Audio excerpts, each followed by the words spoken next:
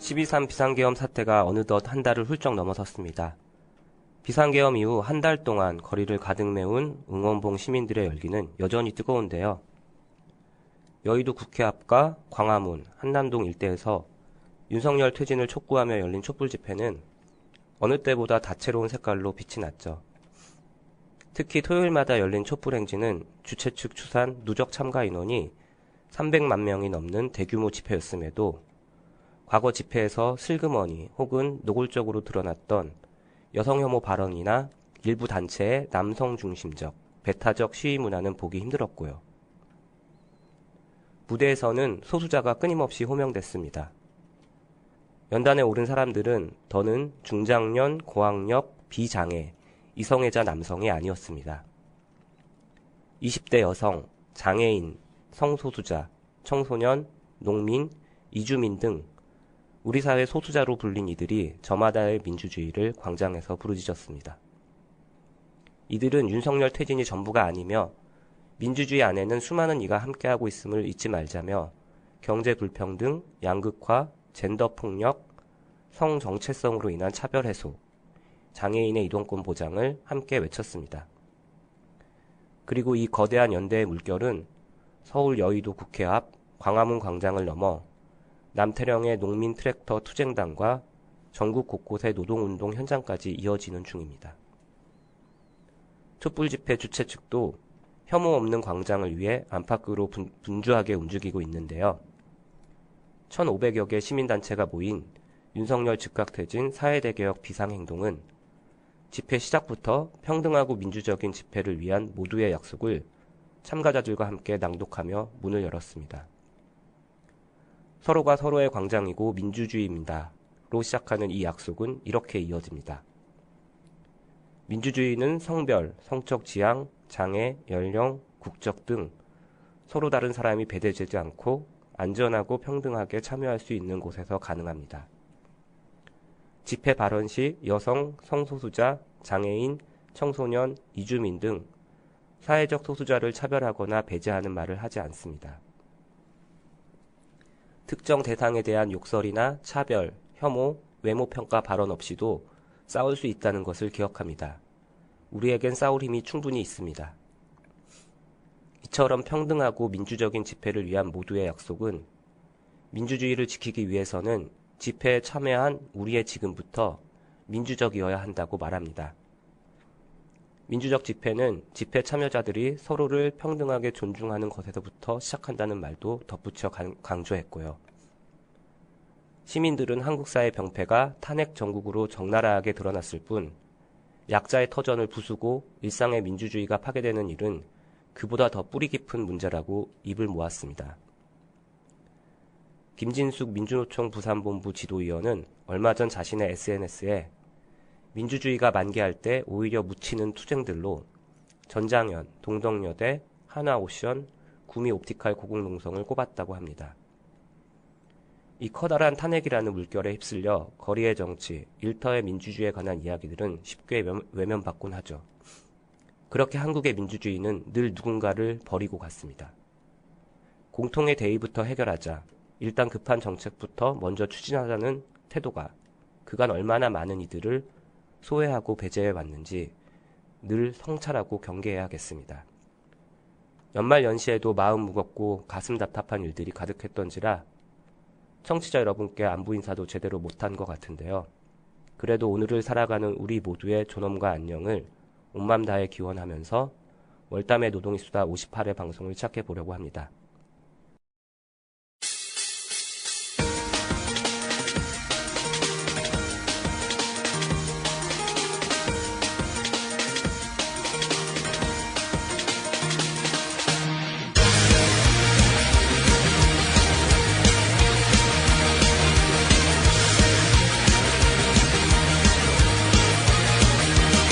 솔직히 말할게 많이 기다려왔어. 너도 그랬을 거라 믿어. Oh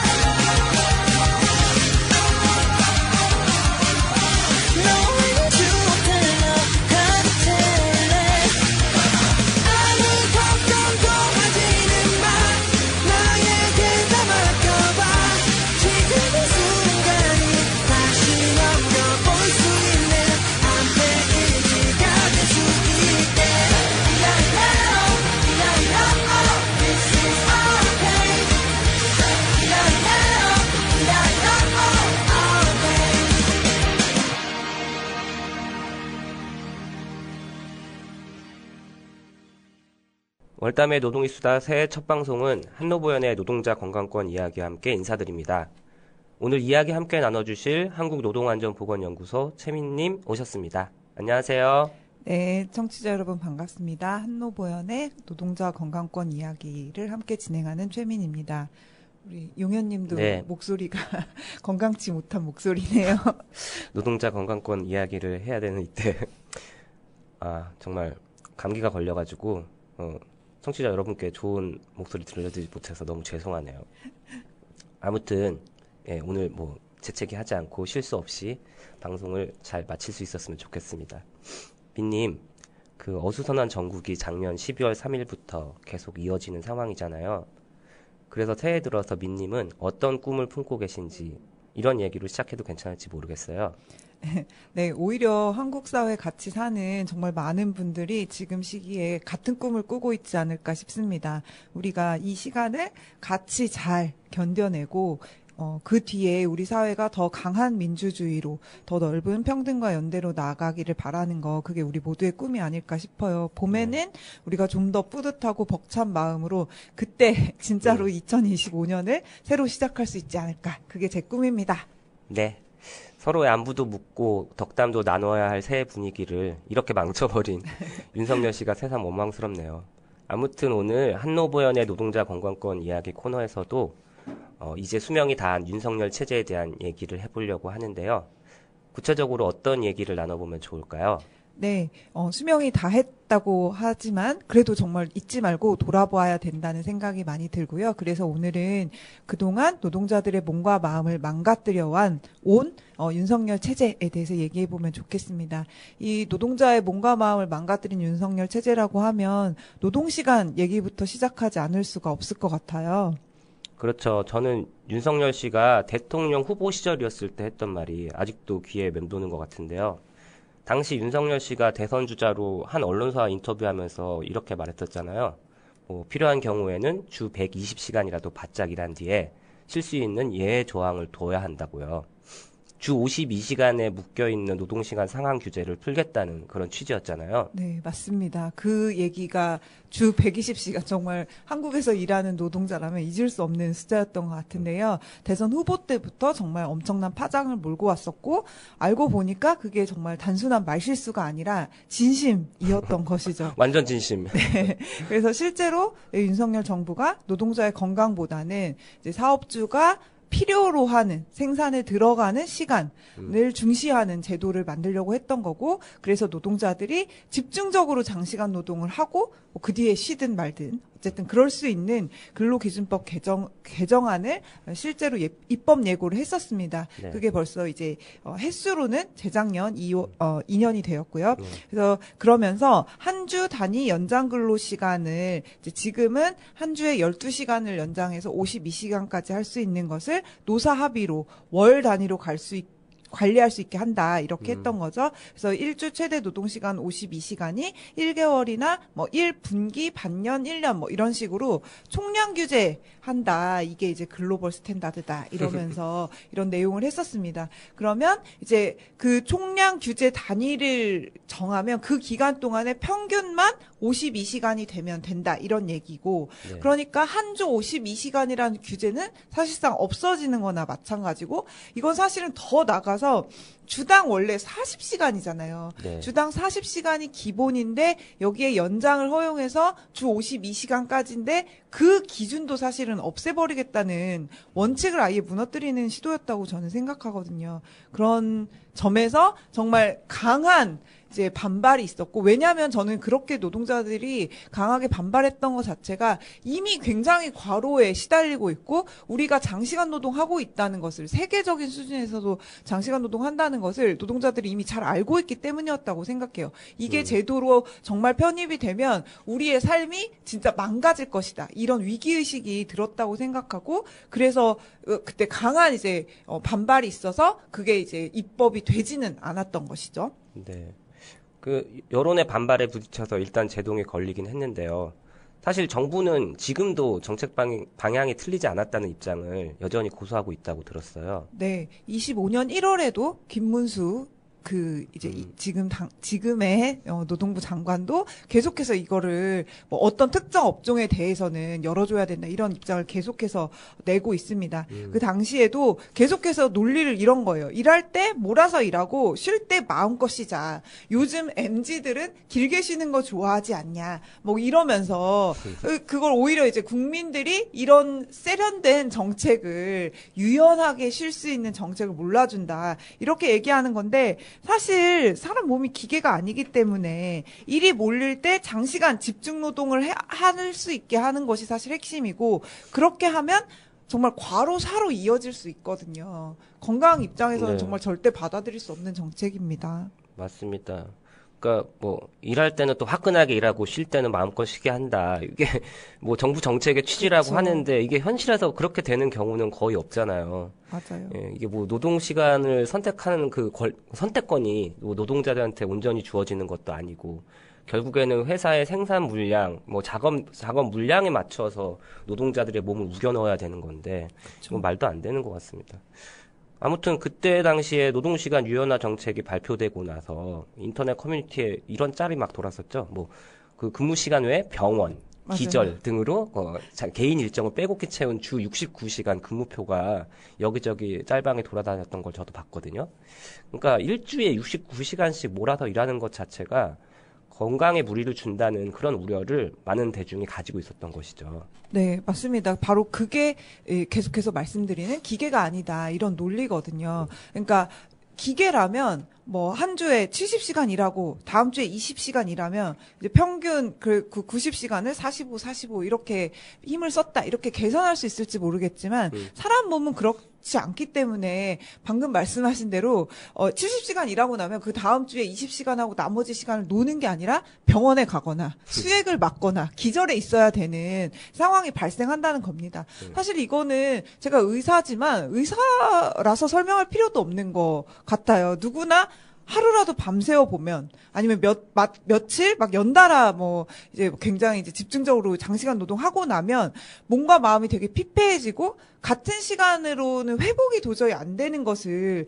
느끼시잖아요. 네. 그리고 정말 너무나 당연한 얘기지만 그게 왜 그런지 의학적인 설명도 충분히 다 가능하고요. 그러니까 장시간 노동을 계속하게 되면 몸에 스트레스 반응이 이제 쌓이거든요. 그리고 굉장히 몸에 전반적으로 신경계나 근육계나 이런 게 다 긴장도가 되게 높아지게 됩니다. 그것 때문에 혈압도 높아지고 소화도 안 되고 이런 증상들이 생기고요.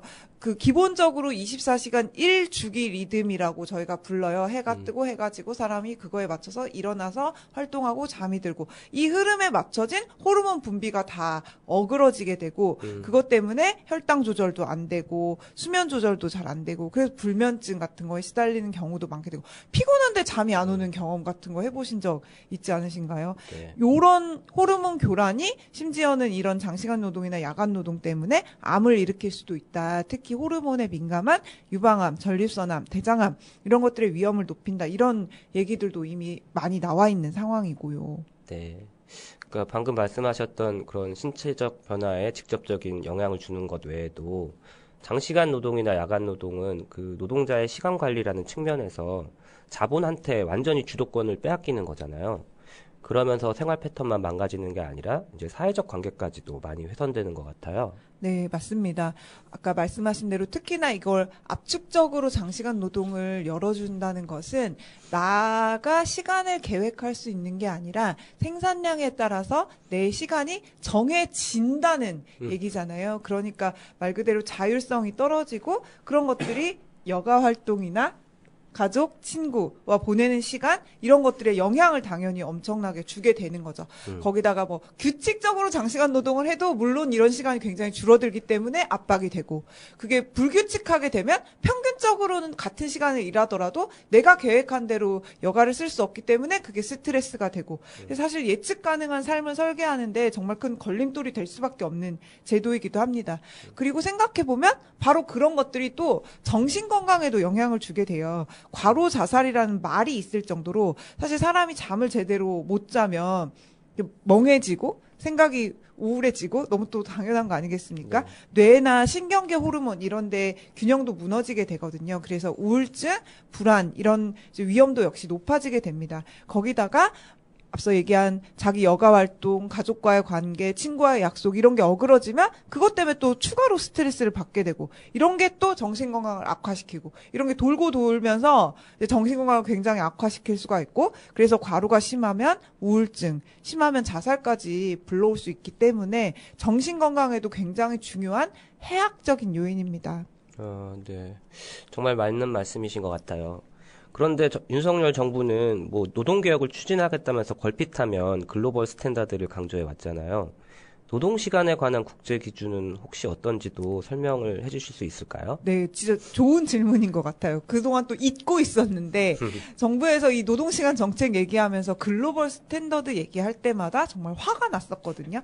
왜냐하면 이제 유럽 많은 나라들에서 1년 아니면 6개월 평균으로 노동시간을 정한다는 말 자체는 맞습니다. 그렇지만 그 나라들의 노동시간 기준은 주당 40시간이에요. 아니면 정말 긴 나라도 주당 48시간이거든요. 네. 우리는 52시간을 기준으로 근데 지금 얘기를 계속 하고 있잖아요. 네. 40시간이 아니라 이미 12시간을 더 많이 하면서 그걸 평균으로 얘기한다는 얘기는 하지 않는 거죠. 거기다가 그런 나라들은 주당 노동시간이 우리처럼 52시간까지 허용되지 않는 것 플러스 연차휴가가 우리보다 더 많아요. 우리는 15일이 기본이고 거기에 이제 연차가 올라갈수록 휴가가 일수가 늘어나는 게 이제 기본적이라면 다른 나라는 유럽의 많은 나라들은 25일 이 가장 많고요. 30일인 나라도 있고, 그러니까 1년에 한 달 정도는 휴가가 있다고 보시는 게 맞아요. 그리고 그런 나라는 야간 노동 시간 제한도 있어요. 우리는 이 몰아서 일한다고 했을 때 그거에 야간인지 주간인지 사실 상관없잖아요. 야간 노동하는 노동자들도 똑같이 굉장히 집중적으로 장시간 노동할 수 있는 구조거든요. 왜냐하면 우리나라는 야간 노동에 대한 규제가 없기 때문에. 그런데 이렇게 아주 다양한 규제가 있는 곳에서 평균 노동시간 계산을 6개월이나 1년으로 하는 걸 가지고 딴 건 하나도 안 따라 하면서 연차휴가도 짧고 일주일 노동시간은 더 길고 야간 노동 규제도 없고 이런 상황에서 평균 노동시간만 글로벌 스탠더드 따라서 길게 잡고 평균을 내겠다. 이건 사실 말이 안 되는 것이죠. 그러네요. 그러니까 글로벌 스탠더드를 정부가 정말 좋아라 하는 것 같은데 어떤 건 그러니까 자기들한테 유리한 것만 맞습니다. 적용하자고 하고 또 자기들한테 또 불리하게 해석되는 거는 아예 언급조차 안 하는 굉장히 편의적인 발상이었군요. 네, 맞아요.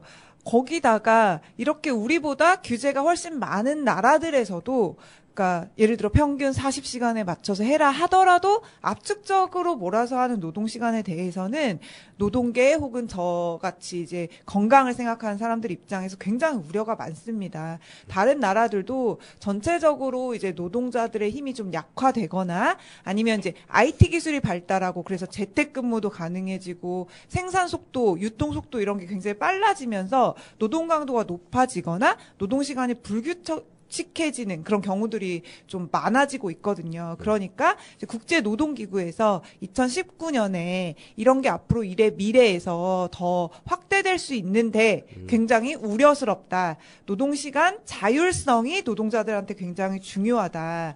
노동시간 유연성과 통제를 할 수 있는 진짜 선택이 가능하도록 그렇게 이제 최대 노동시간을 제한하고 또 최소 노동시간도 보장해서 기본적인 자기 생활을 할 수 있는데 필요한 적절한 노동을 노동자들이 할 수 있도록 하는 제도가 필요하다. 이런 걸 강조하기도 했습니다. 최대 노동시간을 제한하는 것과 아울러 최소 노동시간을 보장하는 것 이렇게 국제기구에서 권고를 했군요. 네네. 네. 한국에서도 초단시간 노동자들이 있거든요. 네. 일주일 평균 15시간 미만으로 일하는 노동자들의 경우는 특히 한국에서는 또 이것도 다른 나라에서는 그런 이제 노동법상에 불리한 게 덜한 나라들도 있는데 한국에서는 퇴직금, 주휴, 연차 이런 것들에서 다 손해를 보게 되어 있어요. 그래서 제가 아는 이제 친구분도 주 5일 나가서 일을 하는데 3시간씩 대략 일을 하거든요. 그런데 15시간이 안 되게 하려고 2시간 55분씩 5일로 계산을 하더라고요. 그렇게 해서 주휴 수당과 뭐 연차 이런 것들에서 다 빠지게 되는 그렇게 하는 경우가 있습니다. 그래서 그런 것들이 최소한의 노동 시간을 보장하고 그것이 노동자 생계를 유지하는데 이제 기본적인 보장이 될 수 있도록 하는 제도로 최소 노동 시간 보장제가 있는 나라들도 있어요. 그렇군요. 그러니까 아까도 뭐 노동자는 기계가 아니다라는 말씀을 해주셨는데, 그러니까 진짜 자본은 그리고 이 정부에서는 노동자를 기계 취급을 한 것 같아요. 그러니까 비용이 드는 기계 정도로 생각했고 가급적이면은 비용을 최소화하는 방식으로 노동자들을 쥐어짜게 하는 이런 노동시간 노동시간 유연화를 지금 계속 추진해왔던 것이라고 보여집니다. 네, 다음으로 윤석열 체제에서 위협받았던 노동자 건강권과 관련한 주제는 또 뭘까요? 네, 제가 다음으로 꼽아본 것은 노조법 2, 3조 개정. 일명 노란봉투법으로 불렸던 이제 법안인데요. 그 노조법 2, 3조 개정안이 2번이나 국회를 통과했는데 대통령의 거부권으로 2번 다 결국 입법되지 못하고 지금도 법이 결국은 개정되지 못한 상태입니다. 네.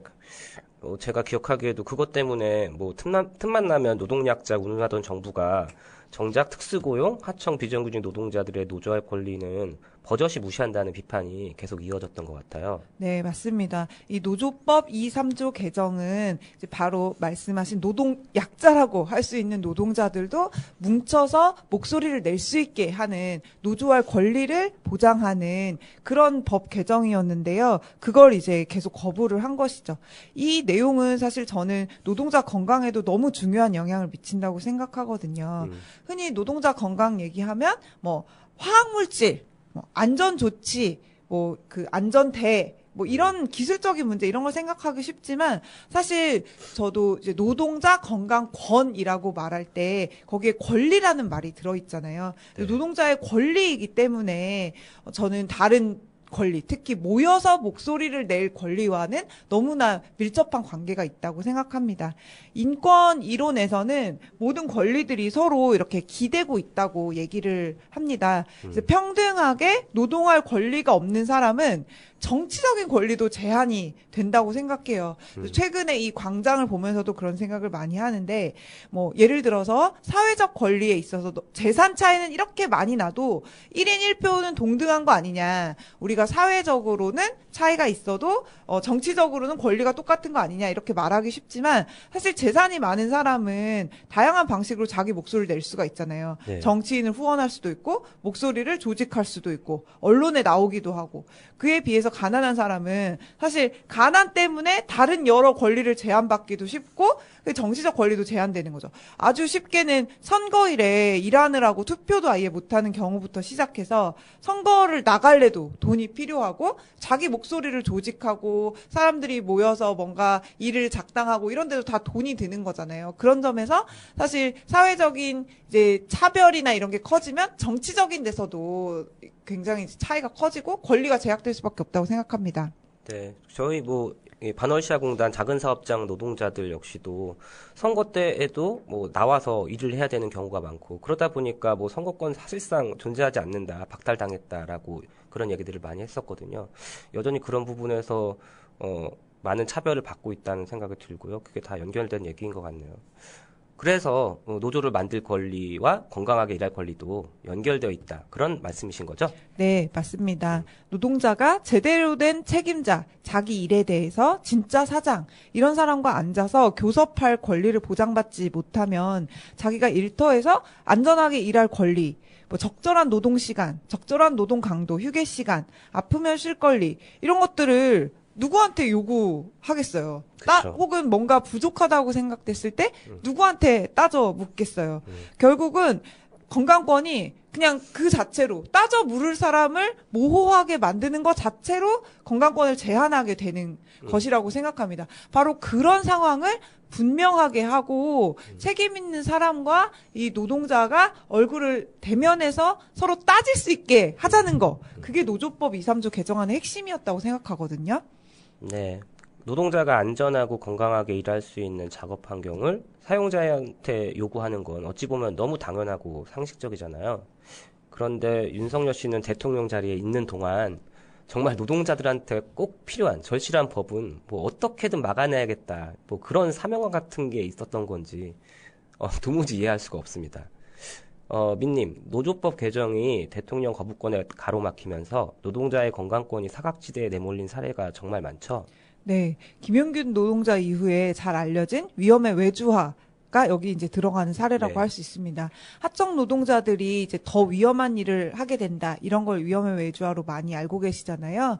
거기에 더해서 이제 원청, 하청 이렇게 여러 단계에 걸쳐서 지시를 받다 보니까 소통이 복잡해져서 더 위험하기도 한다. 이런 얘기도 좀 알려져 있을 것 같아요. 근데 거기에 플러스해서 오늘 강조하고 있는 하청 노동자들이 진짜 사장인 원청 사업주와 교섭할 수 없기 때문에 위험해진다. 이런 측면도 있거든요. 네. 제가 얼마 전에 이제 제철소에 다녀왔는데, 여전히 비슷한 상황이라고 합니다. 제철소도 대표적으로 그 공장 안에 일하는 노동자 중에 외주, 하청, 협력, 자회사 이런 노동자들이 절반이 넘어요. 정규직 노동자는 절반이 안 되거든요. 네. 그런데 이 절반 넘는 불안정 노동자나 비정규직 노동자들이 일하다가 뭐가 위험하다고 생각이 돼도 그 작업을 진짜 지휘하거나 시킨 사람, 혹은 그 장비의 진짜 주인은 원청인 대기업, 제철 회사인 거예요. 근데 그 회사와 직접 얘기할 통로는 없는 거죠. 중간에 하청업체 관리자와 사장에게 말해야 하고,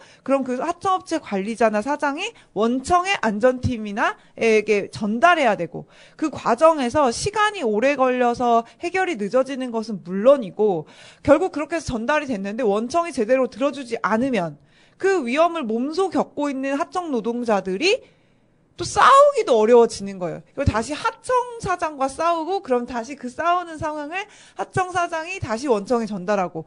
사실 이렇게 되는 구조 자체가 위험을 무릅쓰고 있는 사람이 이걸 계속해서 참고 견디게 만드는 구조로 이어지고 있다고 생각합니다. 네, 정말 큰 문제네요. 그러니까 아니 뭐 아까 제철소 얘기하셨지만 거기서 일하는 노동자들의 절반 이상이 비정규직 불안정 노동자라고 하셨는데 그 노동자들이 뭐 다른 설비, 다른 공간, 작업 공간에서 일하는 것도 아니잖아요. 그렇죠. 오히려 더 위험한 일을 하는 경우도 많은데 이런 노동자들의 안전에 대해서는 하청을 통해서 얘기를 해야만 하고 이런 중층적으로 그런 소통 구조가 있다는 것 자체가 굉장히 위험을 예방하는 데 있어서도 그 많은 시간을 지연하게 만드는 그런 요인인 것 같기도 하거든요. 네. 아무튼 위험의 예주화에는 위험한 일이 하청 노동자한테 넘어간다는 것 외에 위험에 대한 책임 소재가 불분명해지는 문제도 되게 중요한 것 같거든요. 네, 맞습니다. 바로 그 책임을 서로 따져 묻고 이제 협상하고 그게 교섭이고 노사 간 대화고 그렇잖아요. 그러다가 서로 이견이 있으면 쟁의 행위가 되기도 하고 뭐 이런 게 오고 가는 것이 바로 노사 관계라는 것인데 네. 그게 원하청이라는 이름 속에서 완전히 증발돼 버리는 위험만 남아 있고 이걸 해결할 방법은 없고 그거를 하청 노동자들이 감수하는 상황. 요게 지금의 원하청 관계에서의 위험이라고 볼 수 있다고 봅니다. 네. 그런가 하면 하청 노동자만큼의 권리도 없는 노동자들도 요즘 많잖아요. 하청 노동자들은 그래도 하청 회사라는 고용주가 있기라도 한데 아예 고용주 자체가 없고 노동자라는 지위조차 인정받지 못하는 노동자들, 이를테면 뭐 특수고용 노동자들, 프리랜서 노동자 등등 매우 빠르게 늘고 있잖아요. 네. 이 노동자들도 같은 이유로, 그러니까 안전과 건강을 책임질 사업주를 대면할 수 없다는 점에서 안전과 건강 관리의 사각지대에 놓이게 되겠어요. 네, 그렇습니다. 그게 또 노조법 개정에서 굉장히 중요한 지점이었던 거죠. 이렇게 근로기준법상의 노동자는 아니지만 사실상 누군가가 시키는 일을 이제 정해진 방법대로 해야 되는 사람들 이 노조로 의미상의 노동자니까 노조로 뭉쳐서 교섭할 권리를 갖자는 게 노조법 개정의 중요한 의미였는데 네. 이분들이 지금 이제 정부의 입장은 근로계약을 맺지 않고 일을 하니까 근로자가 아니다. 그러니까 노조를 못 만들고 그래서 실제로 일을 시키는 사람하고 교섭을 못 하고 이렇게 해서 건강 문제, 위험 문제 이런 거에 대해서도 제기를 못하고 요 구조를 사실 유지하려고 하는 게 정부의 입장이었다고 생각을 합니다. 네. 사실 이런 노동자들이 노조가 아예 없느냐 그것도 아니에요. 어떤 경우는 노조를 만들어서 법적 다툼을 통해 노조로 인정받고 그래서 교섭을 요구하거나 그런 경우들도 있거든요. 근데 이런 험난한 이런 과정을 거치지 않고도 누구나 누가 시키는 일을 하는 사람이라면 함께 모여서 그 일을 시킨 사람과 일하는 조건, 일하는 과정, 이런 문제들에 대해서 협의할 수 있게 하자. 거기에 당연히 건강 문제, 안전 문제 이런 게 들어간다고 생각하고 그래서 이런 문제도 건강권에서도 중요한 주제였던 것이죠. 네, 방금 말씀하신 걸 들어보니까 그 한노부연에서도 연구했던 웹툰 작가가 떠오르거든요. 자기가 자기 작품 창조하는 거니까 노동자가 아닌 듯이 느껴지기도 하지만 실은 웹툰 플랫폼들이 요구하는 분량이라든지 연재 주기, 이벤트 등을 맞춰줘야만 하고 심지어는 내용에 대해서도 종종 간섭을 받기도 한다고 들었거든요. 게다가 뭐 휴재도 마음대로 갖기 어려운 경우도 많다고 들었어요. 네, 맞습니다. 쉬고 싶을 때 쉬지도 못하는 게 어떻게 자기 스스로 고용하고 있다고 말할 수 있을까 싶어요. 정말 웹툰 작가들이 이렇게 정말 혹사당하는 노동 조건에 놓여져 있고 그러다 보니까 손목, 어깨 이런 데 근골격계 질환에 시달리시기도 하고요. 뭐 악플도 있고 이제 과로 이런 것도 있어서 정신적 긴장이 되게 심한 또 직종 중에 하나. 또 창작의 고통이라는 게 있잖아요. 그래서 뭐 불면증, 소화불량, 우울증 이런 다양한 질병을 달고 사시거든요. 그러니까 이런 경우에도 좀 우리 많이 보는 이 플랫폼들의 웹툰, 웹소설 이런 작가들이 모여서 뭐 분량, 연재 주기, 뭐 휴재권 이런 거에 대해서 협상을 같이 할 수 있으면 얼마나 좋을까 이런 생각이 들어요. 협의가 또 잘 안 되면 파업을 할 수도 있고 어느 날 이제 뭐 네이버나 카카오에 웹툰이 안 올라오는 뭐 이렇게 파업을 뭐 우리가 겪기도 하고 그러면 또 우리가 또 독자로서 나서서 웹툰 작가와 웹소설 작가의 건강권을 보장하라. 그래서 빨리 연재를 다시 하게 하라. 이런 지지하는 활동도 하고 이럴 수 있으면 얼마나 좋을까 이런 생각이 듭니다. 그러게요. 그러니까 그런 걸 여전히 한국에서는 상상하기 어려운데 이런 권리들이 널리 보장되고 그래서 프리랜서들의 파업 투쟁에도 익숙해지는 사회가 되면 좋겠다는 생각이 드네요. 그런 가운데 모두가 건강할 수 있는 노동 조건에 대해서 함께 생각해 보기도 하고요. 한참 얘기를 나눴으니까 이제 노래 한 곡 듣고 갈까요? 이번에 민님이 개인적으로 추천하는 음악을 선곡해 오셨습니다. 판소리를 가져오셨네요. 네, 제가 판소리를 좀 좋아하는데요. 정통 판소리 말고 요즘 굉장히 현대적인 판소리 곡들도 많거든요. 이 판소리를 하는 젊은 예술인들의 단체인 판소리 공장 바닥소리가 있는데요. 이분들이 1930년대에 평양의 고무공장 노동자가 이제 파업투쟁 끝에 을밀대에 올라가서 고공농성을 했던 이 강주룡의 일대기를 다룬 판소리 극 최공녀 강주룡을 뭐 공연하신 적도 있고요. 전태일을 따와서 판소리 테일이라는 공연을 통해서 아주 다양한 이제 노동자 얘기를 다루기도 하고 거기서 이제 노동자 과로나 뭐 우울증 이런 걸 다루셔가지고 제가 팬이 됐습니다. 그런데 이번에 12월 그 계엄 직후에 민주주의에 대한 고민을 담아가지고 광장에 나온 분들과 함께하고 싶다고 하시면서 음원도 무료로 지금 제공하고 있는 그런 노래입니다. 네, 기대가 됩니다. 판소리 공장 바닥소리에 누군가의 봄을 안고 듣고 오겠습니다.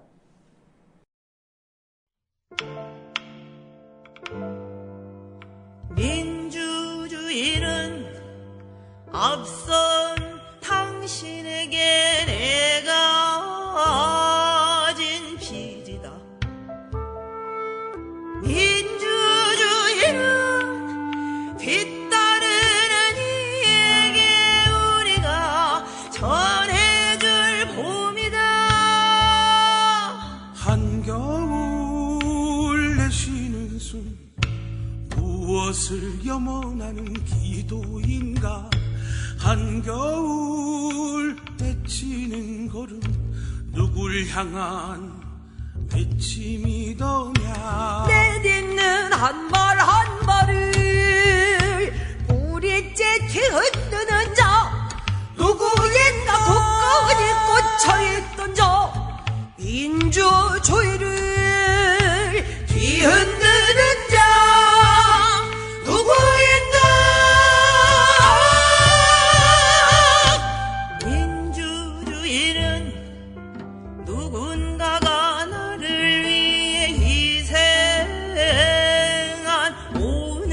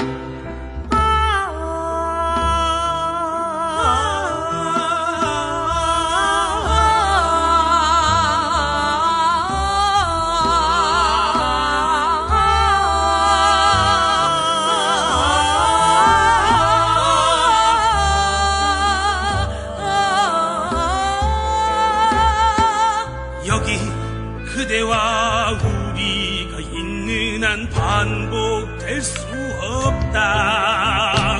여기 그대와 우리가 있는 한 겨울에도 꿈은 튼다. 여기 그대와 우리가 있는 한 언제나 봄은 온다. 여기 이 땅에 우리가 있는 한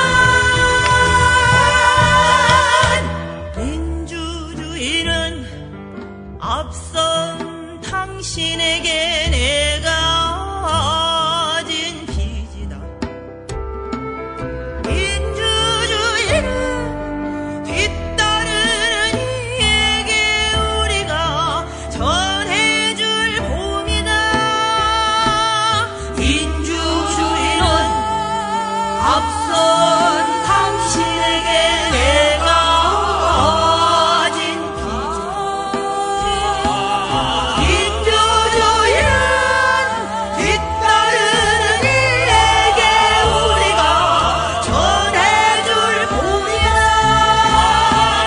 민주주의는 앞선 당신에게 내가 진 민주주의는 뒤따르는 이에게 우리가 전해줄 봄이다.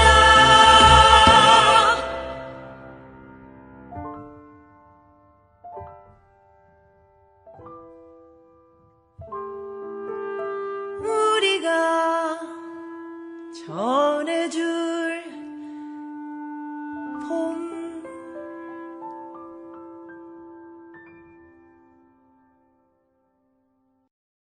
노래 듣고 오셨고요. 윤석열 체제에서 안전하고 건강하게 일할 권리가 훼손된 노동자들의 이야기를 계속 이어가 보겠습니다. 네, 이번에 이야기해볼 주제는 앞서 노조를 꾸리려는 노동자들을 노조법 개정을 방해함으로써 막았다면 이미 만들어진 노조를 악마화해서 노동자의 권리와 안전을 지켜온 노동조합에 대해서 전방위적인 탄압을 가했던 윤석열 체제의 모습을 짚어보려고 합니다. 혹시 용현님 대표적으로 떠오르는 장면이 있으신가요? 예, 저는 가장 먼저 떠오르는 장면이 그 건설노조에 대해서 뭐 윤석열도 그랬고 그때 국토부 장관이었던 원희룡 씨 이런 사람들이 나서서 건폭이라고 불렀잖아요. 그러면서 임기 내내 건설노조를 무슨 흉악범 취급하듯이 하면서 탄압하던 모습이 가장 먼저 떠오릅니다. 네, 정말 많은 분들이 건설노조나 화물연대처럼 정부가 먼저 나서서 노동조합을 범죄 집단처럼 대하고 이들의 노동자성 또 부인하는 그런 모습을 기억하실 것 같습니다. 네. 정부의 노조 혐오, 노조 탄압, 이게 사실 지난 3년 동안 한시도 멈추지 않고 계속되어 왔었는데요. 이런 정책이 또 노동자 건강권을 어떻게 파괴시켰는지 이야기해 보려고 합니다. 네. 지금은 모두가 이제 실소를 금치 못하고 있지만 사실 윤석열은 취임 초부터 법치주의를 강조해온 인물이잖아요. 그래서 뭐 화물연대 파업이라든지 건설노조 공합탄압 때에도 노사 법치주의를 줄곧 강조했던 기억이 나거든요. 네, 맞습니다. 법을 이렇게 무시할 줄 몰랐는데요. 아무튼 화물연대 파업부터 먼저 보면 당시에 이제 화물연대는 윤석열 정부 들어서 두 차례 크게 이제 파업을 했었습니다. 그때 화물연대가 핵심적으로 유지 확대를 요구했던 게 화물차 안전운임제였어요. 네. 이제 2020년부터 화물 차주에 대해서 적정한 운임을 보장하도록 하는 거죠. 그래서 운임이 적당히 보장이 되니까 이제 운수 노동자들, 이제 화물 노동자들이 과로, 과속, 과적 이런 운행을 하지 않도록 하는 게 이제 목표였던 법안 자체가 그래서 교통 안전을 확보하기 위한 법안이다 이렇게 되어 있었고 다른 나라에서도 굉장히 관심을 많이 두고 보고 있었던 노동자들이 이제 운수 노동자들이 안전하게 운전할 수 있는 이라는 조건을 만드는 법이라고 해서 관심을 많이 받았던 그런 법이었습니다. 그때 이제 만들어질 때도 굉장히 힘들게 만들어졌기 때문에 시멘트, 컨테이너 이런 분야에 대해서만 3년간 이제 먼저 시행하고 3년 뒤에는 멈춘다. 그걸 일몰제라고 하거든요. 네. 그렇게 해서 도입이 되어 있었고 22년 말에 일몰을 앞두고 있는 상황에서 화물연대는 일몰제를 폐지해서 그러니까 일몰시키지 않고 계속해서 시행하게 하자. 더 나아가서 이게 시멘트 컨테이너 노동자들이 정말 좋더라. 적당히 일하게 되더라. 그러니까 다른 화물 노동자에까지 적용 품목을 확대하자. 더 많은 운수 노동자들이 장시간 운전하지 않게 하자. 과속하지 않게 하자. 이런 요구를 했던 파업인 것입니다. 도로 위의 안전을 보장하는 요구이기도 했던 거잖아요. 네. 그래서 굉장히 사회적으로도 공감대를 얻을 수 있는 주장이라서 시민들 지지도 아주 컸던 것으로 기억하거든요. 네, 맞습니다. 화물차 운전자의 졸음 운전 때문에 다른 이제 지나가던 이제 차량이나 사람들이 다치는 그런 사고를 본 적이 다들 있고 아니면 바로 옆에서 화물차가 과속만 하고 지나가도 무서운 게 인지상정이잖아요. 그러니까 이 사람들이 안전하게 운전할 수 있는 조건을 법으로 만들자 이런 얘기는 국민 누구나 공감할 수 있는 요구였다고 생각합니다. 네. 그런데 이 파업에 대해서 정부가 업무 개시 명령이라는 거를 정말 있는지도 잘 몰랐던 이런 법을 꺼내가지고 이제 명령을 내리게 됐습니다. 네. 사실 이 화물 노동자들도 근로기준법 상의 노동자는 아니거든요. 그러니까 앞에서 얘기했던 대로 이런 노동자들이 노동자가 아니다. 이게 정부의 입장이에요. 그러니까 이 노동자가 아니다. 단체로 움직이면 안 된다. 이런 기조니까 파업이라고 부를 수도 없는 거예요. 정부 입장에서. 그러니까 파업은 아니고 여기다 대고 업무 개시 명령을 내리는 이런 짓을 한 것이죠. 네. 그때 윤석열 대통령이 화물연대 파업은 북핵과 같은 위협이다. 이런 정말 끔찍한 발언들을 계속하고 대통령답지 않은 발언이고 노조 혐오 발언이었던 거죠. 사실 한덕수 전 총리도 그때 경제가 망할 것처럼 위협하는 강경 발언들을 계속 쏟아냈었고 그 업무 개시 명령을 앞에서 휘두른 게 원희룡 국토부 장관이었고 이게 윤석열 체제라고 우리가 말할 때 윤석열뿐 아니라 거기에 붙어서 함께했던 사람들 그 세력 그걸로 이득을 봤던 사람들 집단 잊으면 안 된다는 생각이 듭니다. 네, 꼭 잊지 말아야겠습니다.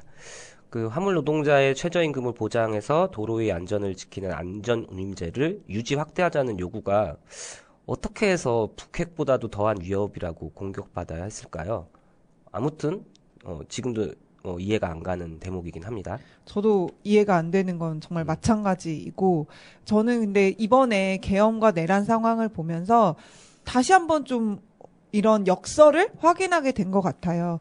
그러니까 항상 누구보다 앞장서서 반공주의를 되살리려고 했던 역사에 대해서도 다시 얘기하자 하고 반공주의 지금도 필요하다 막 얘기하고 이랬던 윤석열, 극우 세력 이런 사람들이 자기 계엄령, 내란 이런 걸 성공시키려고 북한을 도발하려고 했던 거잖아요. 네. 그러니까 지금 현재 가진 사람들, 기득권층, 그 이익을 지키려는 사람들은 이런 식으로 자기가 떠들어대던 이데올로기 같은 거 정말 가뿐하게 뛰어넘어서 자기 이익을 지키는 것 같아요. 내가 반공주의를 얘기했었는데 뭔가 이걸 활용해가지고 북한을 도발하는 거 해도 될까? 이런 의심 같은 건 하지 않는 것 같아요. 자기 이익을 위해서 노동자들의 정말 소박하고 아주 작은 요구들을 북핵보다 더한 위협이라고 거의 이렇게 협박하던 사람들이 자기 이익을 지키려고는 북한이든 외부의 적이든 전쟁이든 불사하려고 했다는 거. 그런 점에서도 우리가 또 반대로 우리는 근데 경제가 위기다.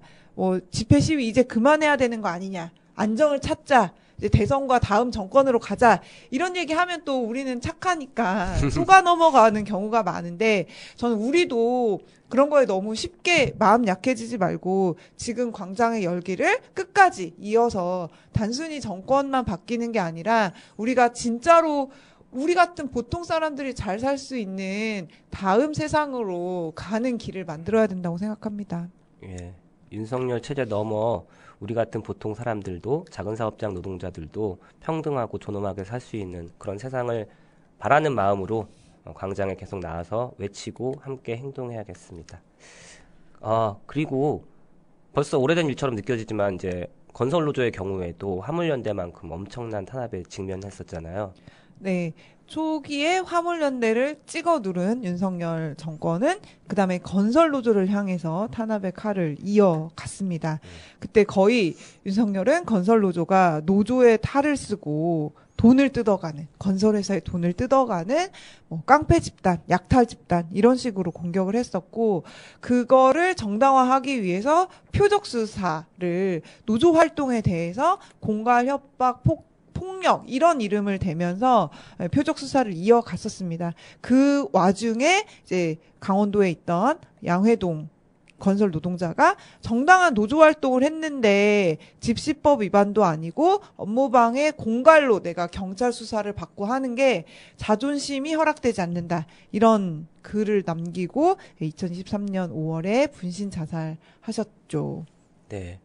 윤석열 정부가 건설 현장의 적폐로 건설 노조를 지목했지만 건설 현장의 진짜 문제는 정작 다른 데 있었던 거죠. 다단계 하도급으로 중간 착취가 판치고 계약직과 일용직 노동자들을 아름 소개로 채우는 불투명하고 불안정한 고용 구조에 있었잖아요.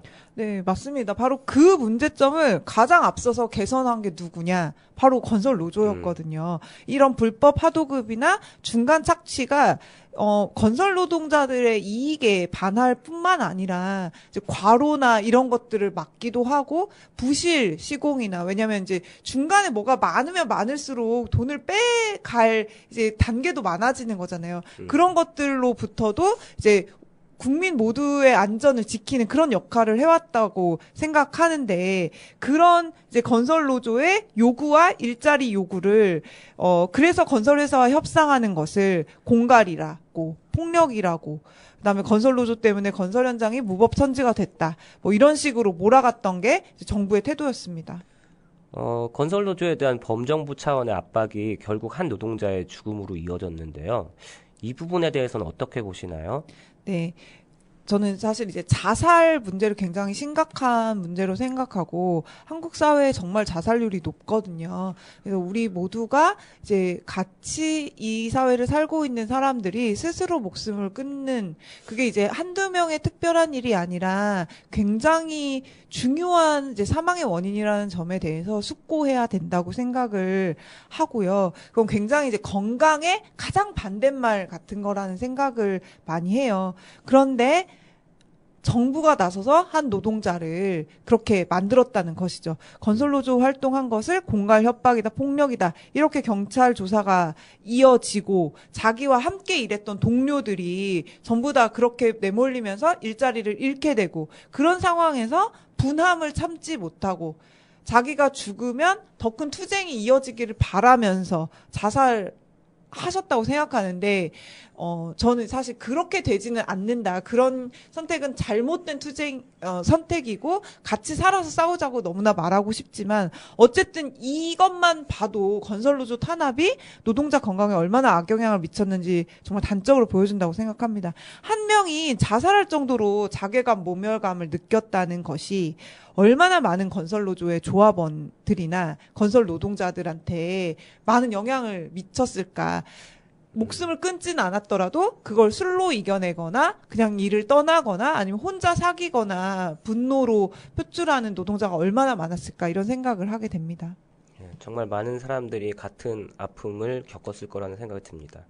뿐만 아니라 건설노조 탄압 이후 현장에서 노조 힘이 약해지니까 건설 현장이 더 위험해졌다는 그런 이야기도 들었거든요. 네, 맞습니다. 사실 이 건설노조가 건설 회사와 굉장히 대척점이 됐던 것 중에 하나가 건설 현장의 안전보건 문제를 노조가 고발하거나 신고하는 거였어요. 그리고 그거를 근데 이제 정부에서 안전을 지키기 위한 건설노조의 활동을 칭찬하기는커녕 그거를 하나의 어떤 약탈하는 행위다, 협박하는 행위다, 이렇게 몰아붙인 거죠. 그러니까 노조가 탄압을 당하고, 심지어 현장에서 조합원들은 일자리를 못 구하고 비조합원들만 들어가서 일을 하게 되고, 이러면서 현장의 안전보건 문제가 있어도 발견이 돼도 아무도 신고하거나 고발할 수 없는 그런 상황이 됐다고 합니다. 그러니까 뭐 당시에 저도 이제 뉴스를 통해서 많이 봤는데 뭐 중소 건설사들이 건설노조의 그런 막하파식 그런 저기 뭐 신고 때문에 뭐 다 도산 위기에 내몰렸다 뭐 이런 말도 안 되는 얘기를 하더라고요. 어떻게든지 이제 공기를 맞추는 데에만 혈안이 돼 있다 보니까 노동자들이 좀 더 안전하게 천천히 일하자고 하는 그런 제기조차도 이렇게 약탈 집단의 그런 불법 행위로 몰아가게 된 거인 것 같아요. 아무튼 현장에서 위험을 발견한 노동자가 그걸 숨기지 않고 신고하면 사실 정부 입장에서는 오히려 포상을 하고 칭찬하고 그 현장을 개선하도록 해야 하는 거 아닌가요? 너무 당연하죠. 네. 사실 정부가 모든 건설 현장을 돌아다니면서 다 문제점을 찾을 수도 없잖아요. 그렇죠. 그러니까 노동자 역할이 중요한 거고, 그 노동자들이 그렇게 위험을 발견했을 때 신고할 수 있게 하는 게, 그런 걸 힘을 북돋아주는 게 노동자가 자기도 안전해질 뿐만 아니라 그 현장을 안전하게 개선할 수 있는 계기, 시작점, 노동부에서 찾지 못하는 걸 찾아주는 그런 역할이라고 봐야 되는데, 완전히 정반대 일이 벌어지고 있는 거고, 그게 2023년에 표적 수사할 때만 잠깐 벌어지는 일이 아니고요. 지금까지도 막 계속되고 있어요. 완전히 이제 정말 건설 노동자들이 뭔가 건설 현장에 대해서 신고하는 거는, 그게 어떤 종류의 신고가 됐든 전부 다 그거는 건설회사를 괴롭히기 위한 거다, 이런 시각을 그냥 가져버린 것 같아요. 건설 노동자 한 명이 경찰서 이제 출석 통보를 받았다고 해요. 그러니까 건설사에 대한 뭐 협박, 위력, 뭐 공갈 뭐 이런 거 혐의라고 해서, 그래서 그런 거 특별히 한 게 없는데 나는, 그래서 어떻게 된 일인가 보니까 영등포구에 안전신문고 민원을 낸 거예요. 그랬더니 나는 이제 영등포구에 신문고를 낸 상태인데, 경찰이 구청에 아예 민원인 전체의 성명과 주민번호, 민원 정보를 다 달라고 받아간 거예요. 그래서 그 중에서 건설 현장에 대해서 건설 노동자가 신고한 것만 찝어가지고 협박이라는 식으로 몰아간 거죠. 그러니까 정말 너무나 편파적인 거죠. 그러니까 예를 들어서 시민이 신고하면 괜찮고 건설 노동자가 신고한 건 안 된다? 이런 편파적인 수사이고, 또 구청에 신고한 거를 그런 식으로 주민번호까지 전부 다 해가지고 개인정보를 경찰에 넘긴 것도 너무 심각한 문제이고. 구청도 문제네요. 그렇죠. 그런데 안전 측면에서 보면 안전신문고라고 하는, 앞서 말씀하신 대로 오히려 익명성을 보장해주고 사회 안전을 위해 독려해야 되고 신고한 사람 포상도 해줘야 되는 그런 제도를 정부가 이렇게 망치고 있다는 것도 정말 문제라고 생각합니다. 맞습니다. 심지어 정부에서 앱도 만들어가지고 국가안전대진단 막 해가지고 뭐 축대가 무너질 것 같은데 뭐 길이 뭐 미끄러운데 이런데 발견하면 신고하세요 막 이런 걸 하거든요. 캠페인을 하거든요. 근데 그걸 정말 시민한테는 그걸 하라고 하면서 노동자로서 신고하는 건 안 된다는, 그것도 건설 노동자면 더 안 된다는 것인가. 이것만 봐도 정말 저는 노동조합이 노동자 건강이나 안전, 더 나아가서 시민 모두의 건강이 얼마나 중요한지 알 수 있다고 생각합니다. 네. 벌써 많은 시간이 흘렀네요. 지금까지 윤석열의 적대적인 노동관이 부른 위험한 노동정책에 대해서 알아봤습니다. 첫 번째 주제는 노동시간 유연화 정책을 중심으로 살펴봤고요. 두 번째는 대통령 거부권에 가로막힌 노조법 2, 3조 개정안에 대해 이야기했죠. 그리고 마지막 주제는 건설노조, 화물연대 등 정부와 재계의 끔찍한 노조 혐오, 노조 탄압에 시달렸던 노동자들의 이야기를 나눠보았습니다. 자, 이제 어느덧 오늘 코너를 마무리할 시간인데요. 네, 근데 저희 지난 방송에서 네. 달리기와 노동자 건강에 대해서도 오늘 이야기 나눠보기로 했었는데요. 그러게요. 또 오늘도 이제 또 분량이 많이 넘치기도 했고, 그래서 사실 뭐 청취자 여러분들하고 약속까지 해놓은 마당에 오늘 이 얘기를 제대로 꺼내지도 못했습니다. 네, 전국이 굉장히 불안한 상태니까 오늘은 얘기를 못했던 것 같고, 일단 내려와야 될 사람이 빨리 내려오고 나서 봄이 왔을 때 같이 달리기를 주제로 얘기를 잘 나눠보면 좋을 것 같습니다. 예, 저도 그렇게 하면 좋겠습니다. 그럼 오늘 민님과 함께한 한노보연의 노동자 건강권 이야기 코너는 이렇게 마쳐도 될까요? 네, 저는 다음 이 시간에 아마도 따뜻한 봄날일 것 같은데요. 그땐 정말로 달리기와 노동자 건강을 이야기 주제로 다시 찾아뵙도록 하겠습니다. 청취자 여러분 안녕히 계세요. 민님 고맙습니다. 이제 저도 인사드릴 시간인데요. 마치기 전에 한 가지 더 말씀드릴 게 있습니다. 월담의 노동의 수단은 올해부터 매달 1회 녹음 방송으로 편성 주기가 변경되었습니다. 월 1회 방송으로 편성 주기가 달라지는 만큼 앞으로는 월담과 함께하는 공단 뉴스, 월담의 노동상담소, 한너보연의 노동자 건강권 이야기 코너가 분기마다 한 차례씩 청취자 여러분들을 찾아갈 예정입니다. 변함없는 응원과 관심 부탁드리고요. 저희 월담의 노동이수다 방송팀도 이번 편성주기 개편을 계기로 더욱 내실 있는 방송으로 거듭날 수 있도록 노력하겠습니다. 지금까지 임용현이었고요. 저는 2월 방송에서 월담의 노동상담소 조영신 변호사님과 함께 찾아뵙겠습니다. 오늘도 함께 해주신 여러분 고맙습니다. And so it is, just like you said it would be. Life goes easy on me most of the time.